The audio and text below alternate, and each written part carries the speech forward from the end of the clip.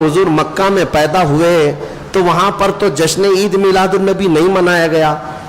حضور پیدا ہوئے تھے تو میلاد نہیں منایا گیا. بہت سارے لوگ یہ سوال کرتے ہیں, ان سے جواب یہ دینا. آج ہی کے پارے میں ایک آیت یہ بھی تلاوت کی کہ کچھ لوگوں نے کہا رسول پاک صلی اللہ تعالی علیہ وسلم کی بارگاہ میں کہ اگر اللہ تبارک و تعالی ہے تو پھر پتھروں کی بارش ہم پر کر دی جائے, ہمیں فامطر علینا حجارۃ من السماء, آسمان سے ہمیں پتھروں کی بارش کر دی جائے. رب تعالیٰ نے جواب میں کیا فرمایا؟ اللہ تعالیٰ نے فرمایا وما کان اللہ لیعذبہم وانت فیہم. اب اللہ ویسا عذاب نہیں نازل کرے گا اس لیے کہ ان کے بیچ میں میرا محبوب آرام کر رہا ہے. وانت فیہم, اے رسول آپ ان کے بیچ میں ہیں, عذاب ویسا نہیں آئے گا. اے مسلمانوں, کیا آج گناہ ویسے نہیں ہو رہے ہیں؟ ناپ تول میں کمی کرنے والے ہر شہر میں ملیں گے. لوط علیہ السلام کی قوم کا گناہ کرنے والے ہر شہر میں ملیں گے. نوح علیہ السلام کی نافرمان قوم کے بہت ساری مثالیں ہر شہر میں ملیں گی. موسیٰ علیہ السلام کی نافرمان قوم کی کئی نافرمانیاں آج بھی ملیں گی. پچھلے گناہ تو ہو ہی رہے ہیں لیکن عذاب ویسے نہیں آ رہے. کسی کو خنزیر بنایا گیا, کسی کو بندر بنایا گیا, کیا پتھروں کا عذاب نازل ہوا؟ نہیں ہوا. کیوں نہیں ہوتا ہے؟ اس لیے کہ قرآن کہتا ہے ویسا عذاب اب نہیں آئے گا, اس لیے کہ اللہ کا رسول ان کے درمیان آرام فرما, محبوب کائنات ہے. اے مومنوں, فخر کرو جتنا چاہو, اس لیے کہ اس رسول کی برکت سے اللہ نے بہت سے عذابات ہم سے دور کر دیے, بہت سے عذابات ٹال دیے.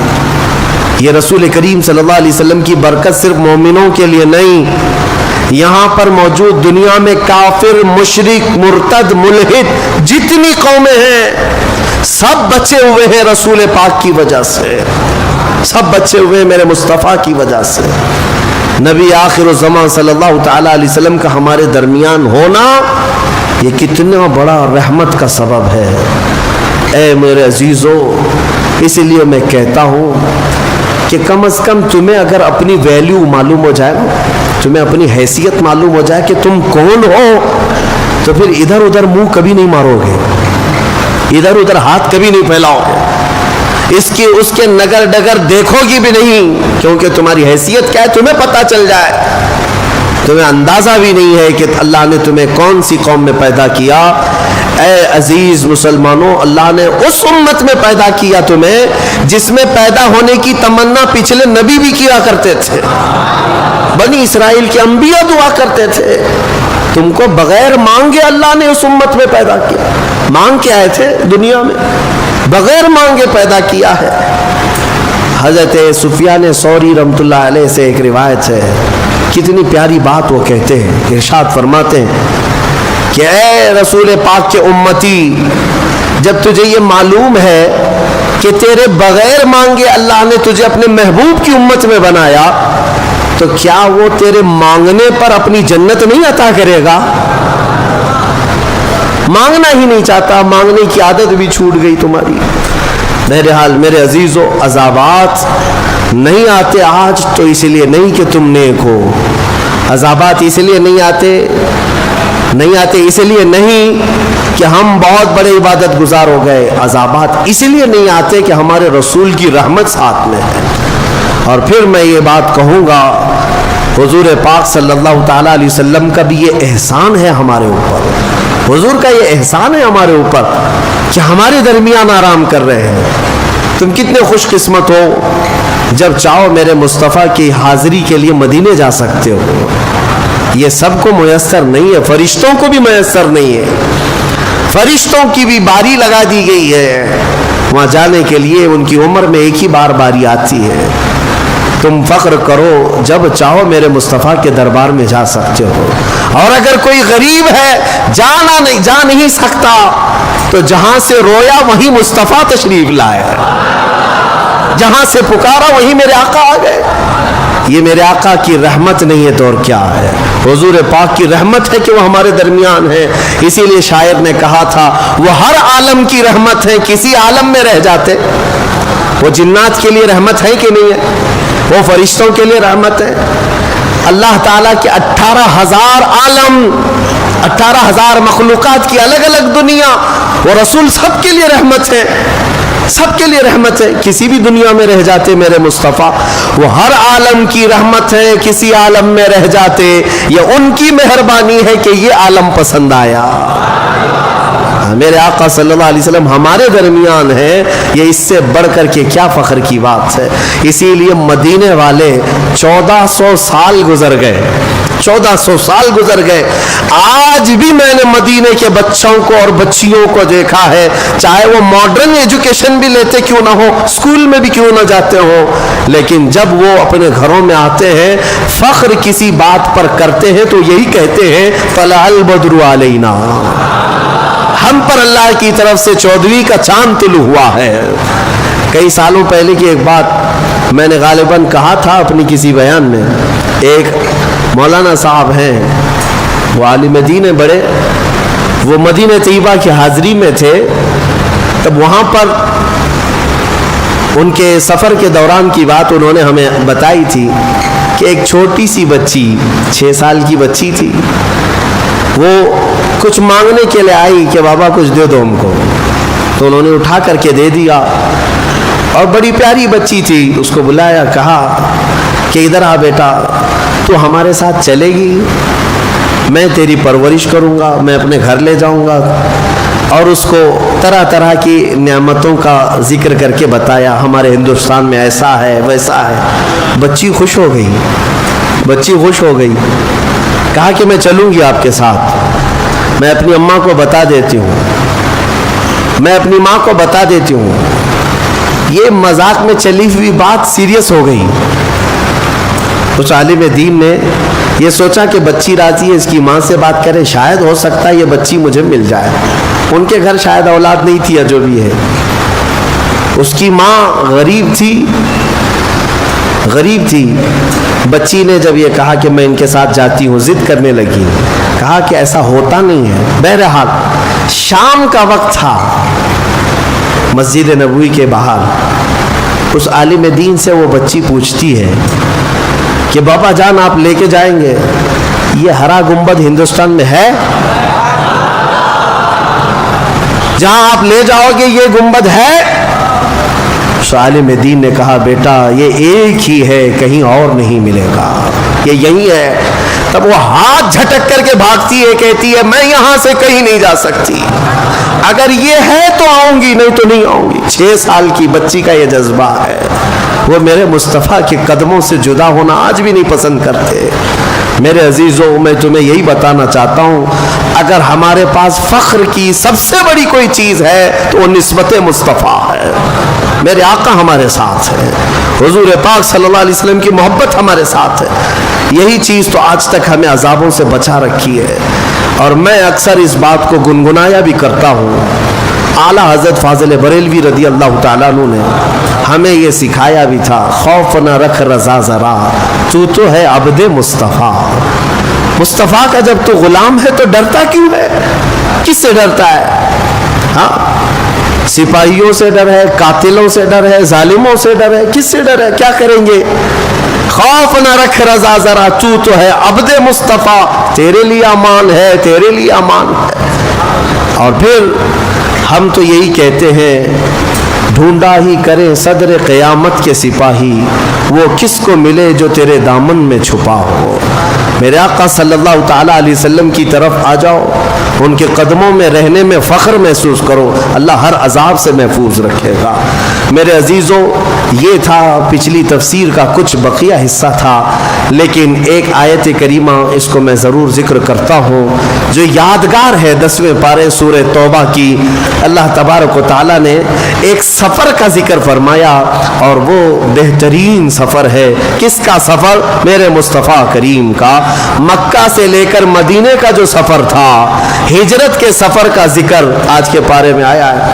اللہ تعالیٰ نے ذکر فرمایا, رسول کریم صلی اللہ تعالیٰ علیہ وسلم مکہ مکرمہ میں 13 سال تک قیام فرمائے اعلان نبوت کے بعد، اور بڑی مشقتیں، بڑی کلفتیں دیکھنے کو ملیں۔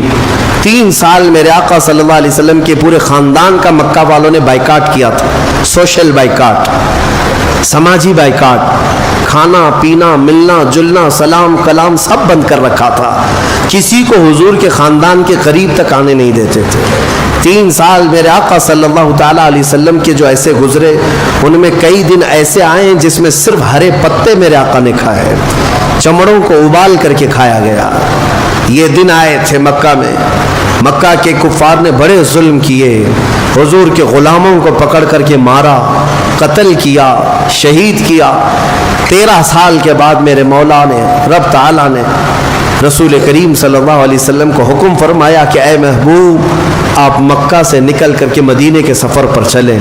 یہ وہی ہجرت کی رات ہے جب میرے آقا صلی اللہ تعالیٰ علیہ وسلم کو قتل کرنے کے لیے مکہ کا ہر خاندان تیار تھا۔ تقریباً وہاں پر 13 یا 14 خاندان آباد تھے، ہر خاندان کا ایک ایک آدمی میٹنگ کر کے آ چکا تھا کہ آج کی رات ہم ان کا کام تمام کر دیں گے، ختم کر دیں گے۔ اور سارے لوگ اپنے اپنے ہاتھوں میں تیز دھار تلوار لیے میرے آقا صلی اللہ علیہ وسلم کے گھر کے ارد گرد کھڑے ہو گئے کہ رات کا وقت ہوگا، سب کے سب اندر داخل ہوں گے، ایک ساتھ حملہ کریں گے۔ کیونکہ اس زمانے میں بدلے کی لڑائیاں بہت چلتی تھیں، تو سارے خاندان والے اس لیے آ گئے تھے کہ قریش پھر محمد صلی اللہ علیہ وسلم کے بدلے کے لیے لڑ نہ سکے کسی سے۔ سب خاندان ہیں تو کس سے لڑیں گے قریش، اس لیے سارے لوگ مل کر کے قتل کرنا چاہتے تھے۔ اور اسی رات کو مولا تعالیٰ حکم فرماتا ہے رسول آپ یہاں سے ہجرت فرمائیں۔ مولا کائنات علی مرتضیٰ شیر خدا رضی اللہ تعالیٰ عنہ میرے آقا صلی اللہ تعالیٰ علیہ وسلم کے ساتھ تھے۔ حضور نے ان کو اپنے بستر پر لٹایا اور خود میرے آقا گھر سے باہر نکلے، یاسین شریف کی تلاوت کرتے ہوئے اپنے ہاتھ میں مٹی اور کنکریاں کچھ لیں اور جو باہر گھر کے کھڑے تھے ان کفار کے منہ پر پھینک دیا، اور حضور اکرم صلی اللہ علیہ وسلم ان کے درمیان سے چلتے چلتے نکل آئے۔ کسی ایک کافر کو بھی میرے آقا نظر نہیں آئے۔ جان ہے، اعلیٰ حضرت فرماتے ہیں کہ جان ہے، جان کیا نظر آئے، کیوں عدو گرد غار پھرتے ہیں۔ حضور پاک صلی اللہ علیہ وسلم جان کائنات ہیں، اور میں یہ بات کہا کرتا ہوں حضور اکرم صلی اللہ تعالیٰ علیہ وسلم کا دیدار اسے حاصل ہوگا جو ان کا عشق رکھتا ہو، ان کی محبت رکھتا ہو، ورنہ سامنے رہ کر کے بھی اندھا ہو سکتا ہے، مولا نے آنکھیں اندھی کر دی ان کفار کی، ان کے بیچ سے نکل کر کے آئے۔ اور جب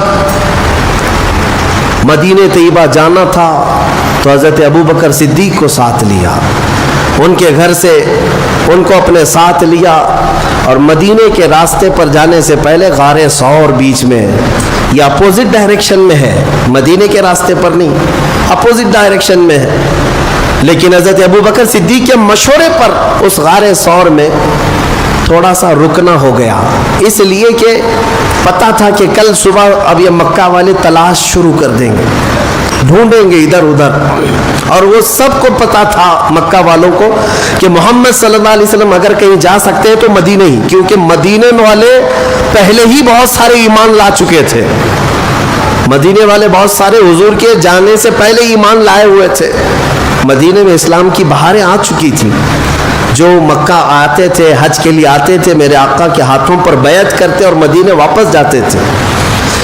تو غار ثور میں میرے آقا صلی اللہ علیہ وسلم نے قیام فرمایا، وہ غار آج بھی موجود ہے، 5000 فٹ اونچے پہاڑ، 5000 فٹ اونچا پہاڑ، اس پر ایک غار ہے جہاں صرف 2 لوگوں کے بیٹھنے کی جگہ ہے آج بھی، اور روایتیں بتاتی ہیں میرے آقا صلی اللہ تعالیٰ علیہ وسلم غار ثور پر جب چڑھنے لگے تو صدیق اکبر کو دیکھا نہ گیا، حضور اتنی بلندی پر پیدل جائیں گے، تھکان کے آثار ہیں۔ صدیق اکبر نے اپنے کندھے پیش کیے، یا رسول اللہ آپ میرے کندھوں پر سوار ہو، آپ کا غلام لے کر کے اوپر چڑھے گا، میں آپ کو بتاتا ہوں تم پانی کی ایک بوتل لے کر کے اوپر تک جا نہیں پاؤ گے، ہاں سفر بڑا کٹھن ہے، وہ ہم گئے، بہت سخت لگتا ہے، کوئی چیز اپنے پاس نہیں ہونی چاہیے، ایک تھیلی بھی لے جانا مشکل ہو جاتا ہے۔ لیکن صدیق اکبر کے مقام کو کون جانے، جن کے کندھوں نے بار نبوت کو اٹھایا، بار نبوت کو اٹھایا۔ اور حضرت ابوبکر صدیق اس غار تک لے گئے، اور اس غار کو ہر طرح سے کپڑے پھاڑ پھاڑ کر بند کیے، کوئی سوراخ باقی نہ رہے کہ کہیں سے کوئی کیڑا بھی آ کر میرے مصطفیٰ کریم کو ایذا نہ پہنچا سکے۔ ایک عاشق کی جانثاری اور ناموس رسالت کی حفاظت کسے کہتے ہیں، وہ صدیق اکبر کی ذات سے سمجھ میں آتا ہے۔ حضرت ابوبکر صدیق کی ذات سے سمجھو، سب کچھ حفاظت کے ساتھ رکھا، پھر بھی ایک سوراخ باقی رہا تو اپنا پیر اس پر لگا کر حضور پاک صلی اللہ تعالیٰ علیہ وسلم کے آرام کے لیے اندر بلایا۔ میرے آقا صلی اللہ تعالیٰ علیہ وسلم آرام کرتے رہے، لیکن ابوبکر صدیق کے پیر میں ایک سانپ ڈستا رہا، بہت پرانا سانپ جس کا زہر چڑھ کر کے ان کا پیر پیلا پڑ گیا، لیکن پیر ہٹانے کو تیار نہیں۔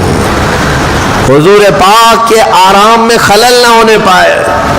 ہاں، حضور کے لیے قربانیاں دینا، ایک ڈنڈے سے بھاگنا، یہ ناموس رسالت کی حفاظت کا معاملہ نہیں ہے۔ جان پر بنا چکی تھی لیکن پیر نہیں ہٹایا۔ صدیق اکبر کا ایمان کیا تھا؟ موت آئے گی تو رخ مصطفیٰ پہ آئے گی، حضور سامنے ہے، پھر کس بات کا ڈر ہے؟ حضرت ابوبکر صدیق پیر نہیں ہٹائے، درد کی شدت اتنی بڑھ گئی، خود میرے آقا بیدار ہوئے، پوچھا کہ کچھ تکلیف ہو رہی ہے ابوبکر؟ کہا یا رسول اللہ سانپ کاٹ رہا ہے۔ میرے آقا نے فرمایا پیر ہٹا دو۔ کہا نہیں، کہیں آپ کو ایذا نہ دے دے۔ حضور نے فرمایا تم پیر ہٹاؤ، کوئی موذی ہمیں ایذا نہیں دے گا۔ جانور حضور کو ایذا نہیں دے سکتے کیونکہ میرے آقا ان کے لیے بھی رحمت ہے، ہاں ان کے لیے بھی رحمت ہے۔ آپ نے پیر ہٹایا، سانپ اندر آیا، جو دیدار کا مشتاق تھا دیدار کیا اور ویسے ہی واپس چلا گیا۔ صدیق اکبر کو اگر اس نے ڈسا بھی ہے تو وہ عشق کی پیاس تھی، حضور پاک صلی اللہ علیہ وسلم کے دید کی طلب تھی۔ رسول کریم صلی اللہ تعالیٰ علیہ وسلم نے اپنا لعاب پاک حضرت ابوبکر کے پیر میں لگایا اور ان کا پورا زہر اتر گیا، سانپ کا زہر ختم ہو گیا، کوئی زہر کا اثر بھی نہیں تھا۔ اور میں سمجھتا ہوں کہ حضرت ابوبکر کو یہ معلوم تھا، اس لیے پیر نہیں ہٹا رہے تھے۔ زہر چڑھنے تو سر تک بھی چڑھے تو کیا ہونا ہے، لعاب مصطفیٰ سامنے موجود ہے، ارے شفا خانہ پورا ان کے سامنے ہے، تو سانپ ڈسے کہ بچھو ڈسے، کیا ڈر ہے اور کیا فکر ہے؟ اور اس کے بعد ہاں ظاہر سی بات ہے اتنا مضبوط ایمان صدیق اکبر کا، اعلیٰ حضرت اسی کو فرماتے ہیں صدیق نے غار میں جاں ان پہ دے چکے، صدیق بلکہ غار میں جاں ان پہ دے چکے۔ جان بچانا کیا ہے پتہ ہے آپ کو؟ فرض ہے۔ جان بچانا کیا ہے؟ فرض ہے، اور یہ سارے فرائض میں سب سے بڑا فرض ہے۔ ارے جان ہے تو نماز پڑھو گے، جان ہے تو زکوٰۃ دو گے، جان ہے تو حج کرو گے، سارے فرض بعد میں، جان بچانا پہلا فرض ہے۔ لیکن حضرت ابوبکر نے وہ سب سے اعلیٰ فرض کو بھی نچھاور کر دیا میرے مصطفیٰ کی نیند پر، حضور کی نیند پر۔ اعلیٰ حضرت فتاوی رضویہ شریف میں ایک پیاری بات نقل فرماتے ہیں، کہتے ہیں کہ اگر دو فرض ایک ساتھ جمع ہو گئے تو کون سے فرض پہ عمل کرنا چاہیے؟ دو فرض ایک ساتھ جمع ہو جائیں تو کون سے فرض پہ عمل کرنا چاہیے؟ ایک ہی وقت میں دو فرض آ گئے، کون سے فرض پر عمل کرے؟ جیسے حضرت ابوبکر صدیق کے اوپر دو فرض آ گئے تھے، ایک اپنی جان بچانا بھی فرض تھا اور ایک مصطفیٰ کا احترام کرنا بھی فرض تھا۔ حضور کی عزت کرنا فرض ہے یا نہیں؟ دو فرض ایٹ اے ٹائم ایک ہی وقت میں آئے تو اعلیٰ حضرت فرماتے ہیں تو پھر دیکھا جائے گا کیٹیگری، کون سا فرض اعلیٰ درجے کا ہے اور کون سا فرض ادنا درجے کا ہے۔ جو اعلیٰ درجے کا ہوگا اس پر عمل کیا جائے گا، ادنا درجے کا ہوگا چھوڑ دیا جائے گا۔ تو حضرت ابوبکر صدیق نے دونوں فرضوں کو دیکھا اور اس کے بعد فیصلہ کیا اعلیٰ درجے کا فرض تو حضور کی عزت کرنا، جان بچانا اعلیٰ درجے کا فرض نہیں. یہاں جب بات آئے تو اعلیٰ درجے کا فرض کیا ہے؟ رسول کی عزت کرنا. صدیق بلکہ غار میں جان ان پہ دے چکے, اور حفظ جان تو جان فروز غرر کی ہے. اور اسی طرح مولا علی نے واری تیری نیند پہ نماز, وہاں پر بھی 2 فرض ہو گئے تھے نا. حضرت علی کے زانو پر بھی حضور ایک دن آرام کر رہے تھے, عصر کی نماز حضرت علی نے نہیں پڑھی تھی, سورج ڈوب گیا, پتا ہے نا وہ کیا. اور سنیوں کو نہ پتا ہو تو کسے پتا ہو؟ ہاں, میرے آقا کے معجزے اگر سنیوں کو نہیں معلوم, حیرت کی بات ہے. تو حضرت علی کے اوپر 2 فرض آ گئے تھے. ایک عصر کی نماز پڑھنا ہے. عصر کی نماز فرض ہے کہ نہیں ہے؟ ارے 5 نمازوں میں سب سے اعلیٰ نماز عصر کی ہے, بیچ والی نماز, اس کا مقام بڑا ہے. عصر کی نماز بھی فرض, اور حضور آرام کر رہے ہیں, حضور کی عزت بھی فرض. ایک ہی ٹائم میں 2 فرض آ گئے. مولا علی نے بھی دیکھا, کمپیئر کیا. اب یہاں کون سا اعلیٰ درجے کا فرض ہے اور کون سا ادنا درجے کا فرض؟ مولا علی نے بھی عمل کر کے دکھایا. عصر کی نماز جاتی ہے تو جائے, رسول کی نیند کا احترام کرنا یہ اعلیٰ درجے کا فرض ہے. مولا علی نے واری تیری نیند پر نماز, وہ بھی نماز عصر جو سب سے اعلیٰ خطر کی ہے. پھر اعلیٰ حضرت اخیر میں بیان کرتے ہیں, تو نے انہیں جان اور انہیں پھیر دی نماز. حضور نے کیا ان دونوں کو نہیں دیا؟ صدیق اکبر کو ان کی جان لوٹائی کہ نہیں لوٹائی؟ اور حضرت علی کو ان کی نماز لوٹائی کہ نہیں لوٹائی؟ حضور نے کسی کا کچھ باقی نہیں رکھا. صدیق اکبر نے اپنی جان دے دی, لیکن میرے آقا نے صرف لعاب لگا کر ان کی جان لوٹا دی. حضرت علی نے نماز چھوڑ دی, حضور بیدار ہو کر انگلی سے پلٹا کر ان کے لیے عصر کی نماز کا وقت قائم کرا دیا. تو نے انہیں جان اور انہیں پھیر دی نماز, پر وہ تو کر چکے جو کرنی بشر کی ہے. ثابت ہوا کہ جملہ فرائض فرو ہے, اصل الاصول بندگی استاج ور کی ہے. اصل الاصول بندگی استاج ور کی ہے. جو میں ختم کرتا ہوں اپنی بات کو کہ غار ثور میں ایک واقعہ جو پیش آیا, قرآن کہتا ہے اذ اخرجہ الذین کفروا ثانی اثنین اذ ہما فی الغار اذ یقول لصاحبہ لا تحزن ان اللہ معنا. یہ آیت کریمہ ہے. ایک وقت ایسا آیا کہ کفار و مشرکین ڈھونڈتے ڈھونڈتے غار تک بھی پہنچ گئے. ان کے پیر نظر آنے لگ گئے حضرت ابوبکر صدیق کو. حضرت ابوبکر صدیق کے سینے میں خوف ہو گیا کہ پورے کے پورے یہ قاتل بپھر کر کے آ گئے, ہم 2 ہی ہیں یہاں پر, اور غار کے قریب آ گئے. وہ پیروں کے نشان دیکھ کر کے آئے ہوں گے یا کسی بھی طرح سے وہاں تک پہنچ گئے. اب ڈرنے لگے حضرت ابوبکر. تو جانتے ہیں میرے آقا نے ان کے سینے پر ہاتھ رکھا اور ایک جملہ فرمایا, لا تحزن ان اللہ معنا. ابو بکر مت گھبرا, اللہ ہمارے ساتھ ہے. مت گھبرا, اللہ ہمارے ساتھ ہے. میں اکثر یہی کہتا ہوں, اے مسلمانوں, یہ جملہ اتنا پاورفل ہے, اتنا پاورفل ہے. کروڑوں جھوٹے کسی اور کے ساتھ ہوں مگر اللہ ہمارے ساتھ ہے. اللہ ہمارے ساتھ ہے. اس بات پر یقین کے ساتھ چلو, دیکھو تمہارا ایمان کتنا مضبوط ہوتا ہے. ایمان کتنا مضبوط ہوتا ہے. ہم نے دیکھا ہے کہ جس کے ہاں ایمان آ جائے تو پھر وہ دنیا کے خوف سے بھی آزاد ہوتا ہے. میاں بڑے بڑوں کی بات تو چھوڑے, ابھی ماضی قریب میں ایک برقع پوش خاتون نے 40 کتوں کو صرف اللہ اکبر سے بھگایا تھا. 40 کتے بھاگ گئے. کس بات پر؟ کچھ بھی نہیں. نہ اس لڑکی کے پاس, اس خاتون کے پاس چھری نہیں ہے, چاقو نہیں ہے, بلیڈ نہیں ہے, کچھ نہیں ہے, لیکن اللہ اکبر میں اتنی تاثیر ہے. لا تحزن ان اللہ معنا. مت گھبراؤ, بے شک اللہ ہمارے ساتھ ہے. یہ جملہ مجھے عرض کرنا تھا.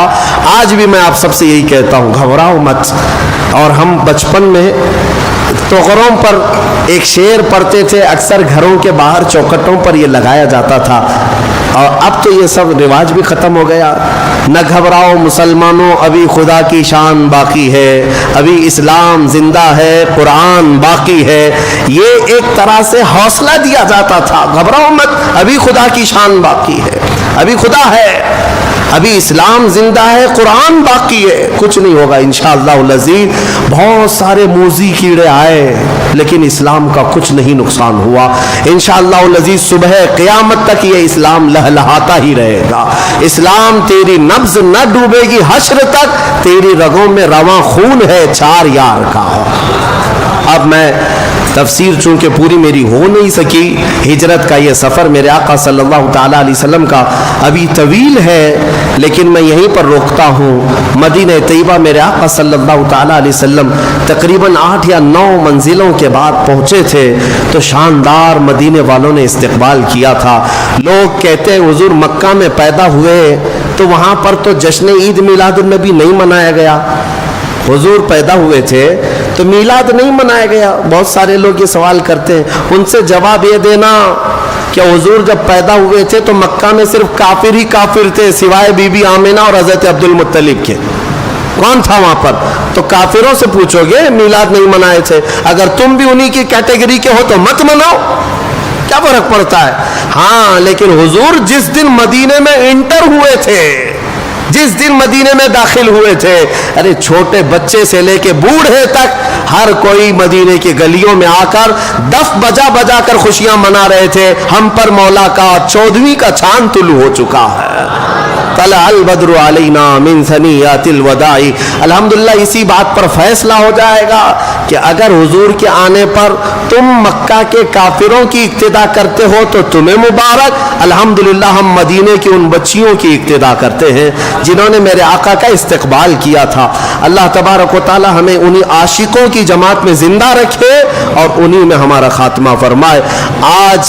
آج ایک تاریخی دن ہے، آج پورے کرناٹک کی آبرو حضور سیدی آقائی سیدنا ہاشم پیر دستگیر رضی اللہ تعالیٰ عنہ کا عرس مبارک، بیجاپور کے قطب بلکہ دکن کے ایک بڑے قطب ہیں سیدنا ہاشم پیر دستگیر رضی اللہ تعالیٰ عنہ، وہ اپنے زمانے میں ہی مشہور تھے مرید نواز نام سے، بلکہ جیسے سرکار غریب نواز کا لنگر ہوتا تھا، حضرت سیدنا ہاشم پیر بھی بڑے سخی، بہت ہی سخی اولیاء کاملین میں شمار ہوتے ہیں۔ میں نے ان کی تاریخ میں پڑھا ہے، آپ حیرت میں ڈوب جاؤ۔